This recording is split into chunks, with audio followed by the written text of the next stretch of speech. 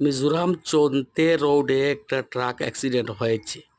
তো শিলচর থেকে লোড করে গিয়েছে, যাওয়ার সময় বাইরনটি হয়, বাইরনটি কলরশিপ হয়ে আইজল হয়ে লংলে থেকে ডান দিকে গিয়ে ডিমাগিরি রাস্তা চন্তের রাস্তা সেম একই ওই চন্তের রোডে লোড গাড়ি ব্যাকলোড নিয়ে আসার সময় গাড়িটার কিছু ব্রেকের সমস্যা ছিল, তাই গাড়িটা আমার ড্রাইভার যে ভাই খুব চেষ্টা করেছে উনি গাড়িটা বাঁচাবার জন্য, তারপরেও উনি চেষ্টার বাইরে তারপরেও গাড়ি কন্ট্রোল করে পাহাড় সাইডে গাড়িটা পাল্টি মেরেছে। যদি এইবার যদি কুরুং সাইড হতো তাহলে আমার বাড়িটার প্রাণটাও চলে যেত, গাড়িটাও খুঁজে পাওয়া যেত না। যাই হয়েছে উপরওয়ালার কৃপায় ভালোই হয়েছে।